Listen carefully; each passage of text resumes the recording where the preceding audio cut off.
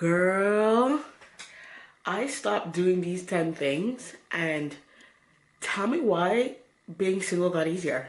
Being single used to be one of the most hardest things for me, especially when I was always used to talking to someone, going on dates, or just not being alone. I stopped caring about people's feelings more than my own. Yep, I said it. I stopped putting people first before myself. I was one of those people that if I got in an argument with someone, I'd be usually constantly the one person to try to fix it. I'd be the one contacting them. Until one day I sat back and I was like, I started to notice like some of the people in my life, when we get in arguments, they wouldn't reach out to me. They wouldn't fight for me. And that's when I realized, I was like, no, I want relationships where people also fight for me. Because why am I the only one to fight for other people? And if you're doing that right now, you have to sit back and say, why are you the person that's always reaching out?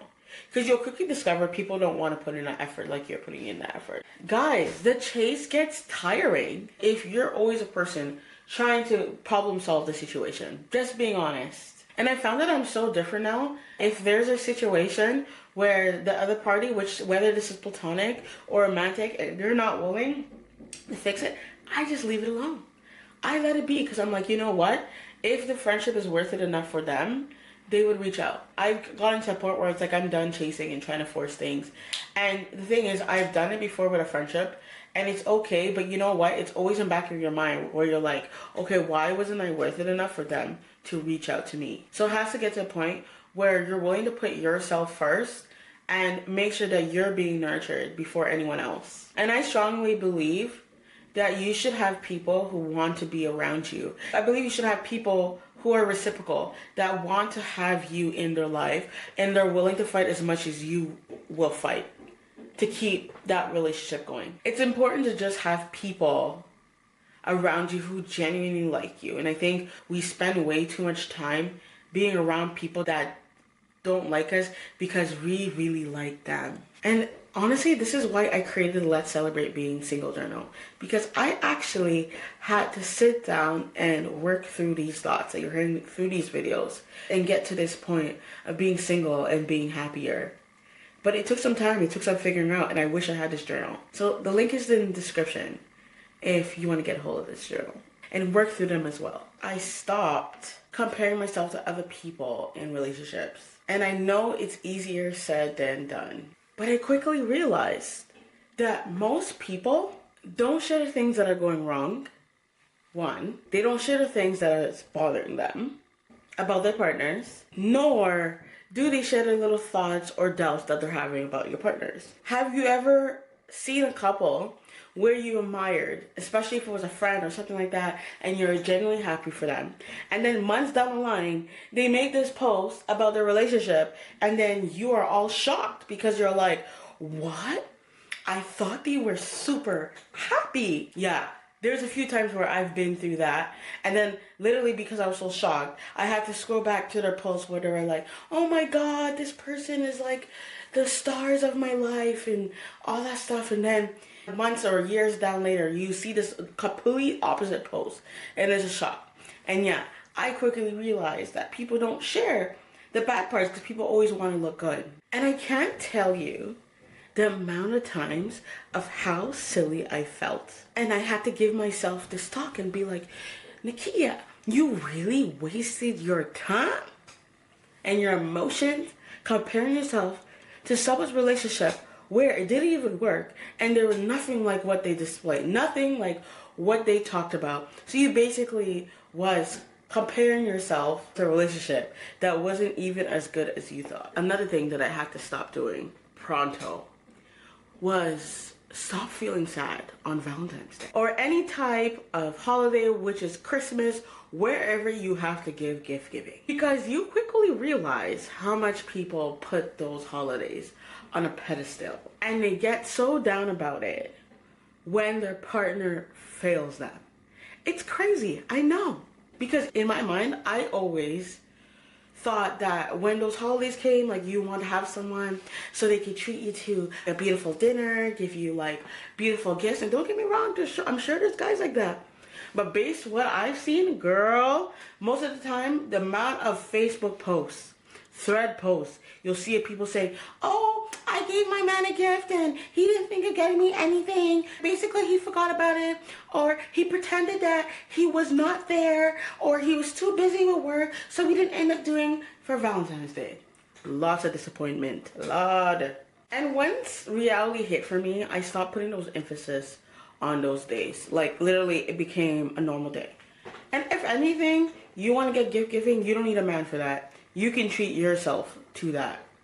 And give the stuff that you want without all the disappointment. And the truth is, if someone really cares about you, it doesn't start at those holidays. And it shouldn't start with those holidays. It should be every day of the year. It should be random days of the year, no matter what holiday it is. And that's why I'm glad they came out with Valentine's Day and they're coming out with alternatives, because I think people are realizing, wait, I can treat myself. I can get roses for myself. I can get flowers for myself. I can go with friends and do other things I enjoy. And I don't want to burst your bubble, but I actually went out with this app called 222, where you meet new friends on Valentine's Day. And let me tell you, it's so busy on Valentine's Day when you go to a restaurant. And that's when I realized this is not what it's cracked out to be.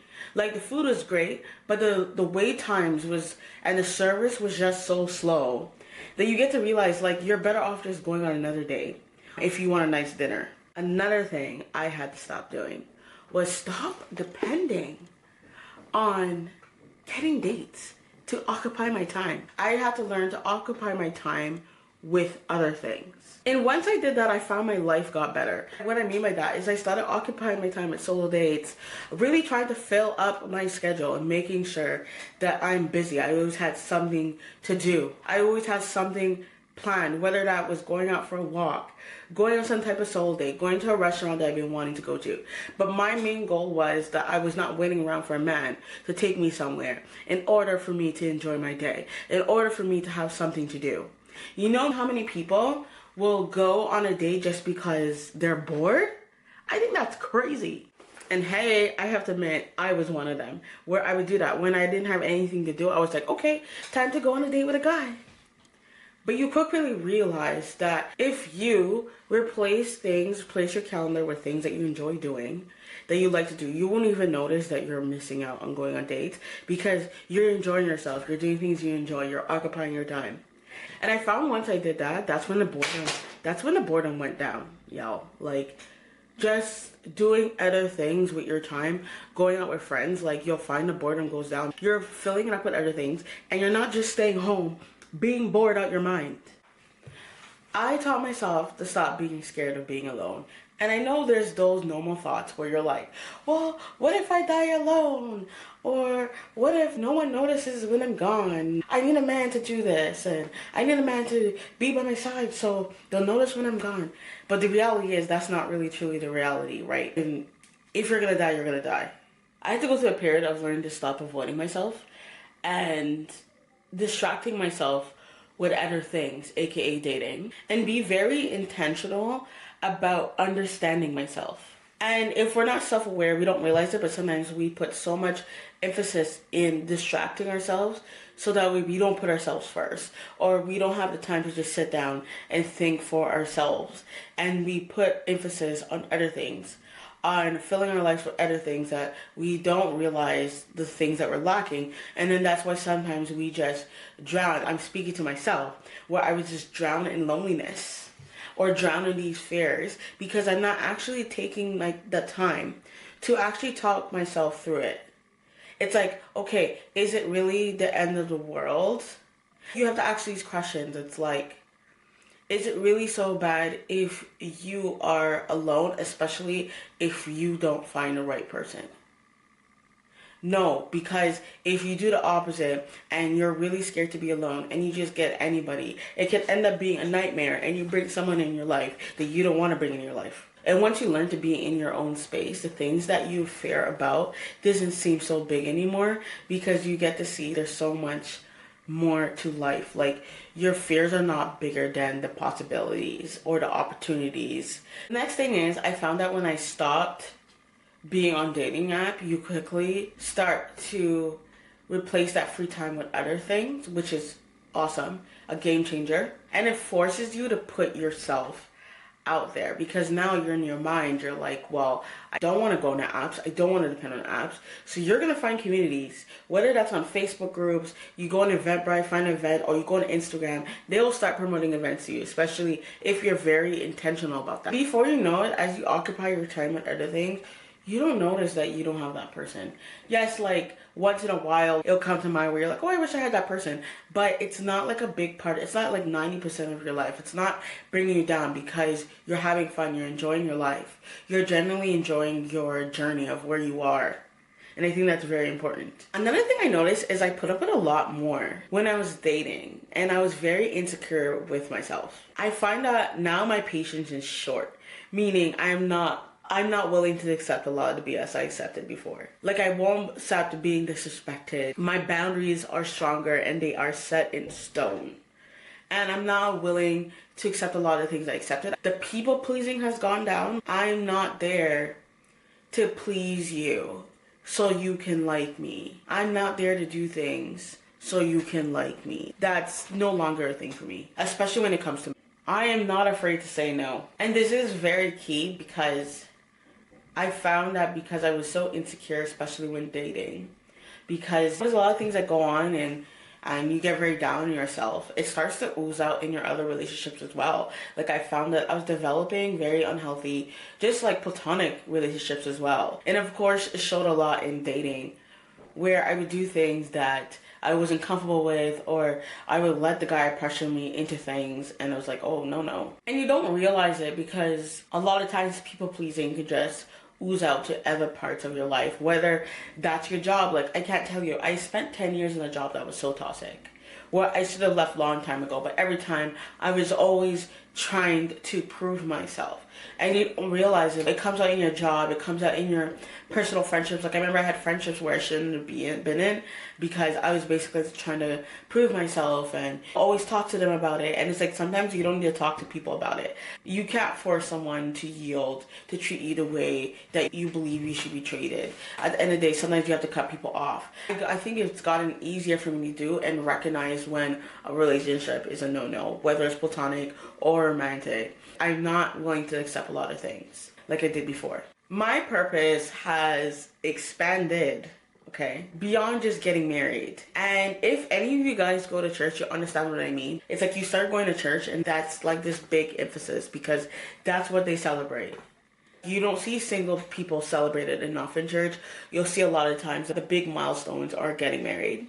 And that's all you see. And then you start to wonder, hey God, what about me? Why aren't I getting married? And you start to compare yourself. And then you go through this hole of you wondering if there's something wrong with you, if you're pretty enough, whatever it may be. But you're wondering, okay God, why are you giving them that person? I'm not. And that becomes the center of everything. And everything else does not matter. So I found out once I started focusing on my purpose and what I'm trying to do in life, and I got to see, like, it's just way more than just getting married. It's like a small part of why you're here on this earth. That should just be an add-on. It shouldn't be like this main goal of a one, and that's it, and that's all. Like, being married shouldn't have so much control of your emotions, how you feel. And I know this happens to a lot of people. That has happened to me before.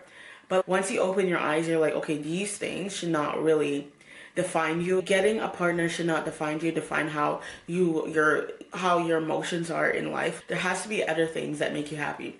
There has to be other things that you're striving for beyond that. Because what happens if that person disappoints you? What happens if that person leaves you? Then your whole identity is down to craps, basically. That's why your identity has to be in something else. It can't be in just marriage, because that's going to fluctuate. It's going to change. And I stopped feeling like I had to have a partner in order to get ahead in life for financial reasons.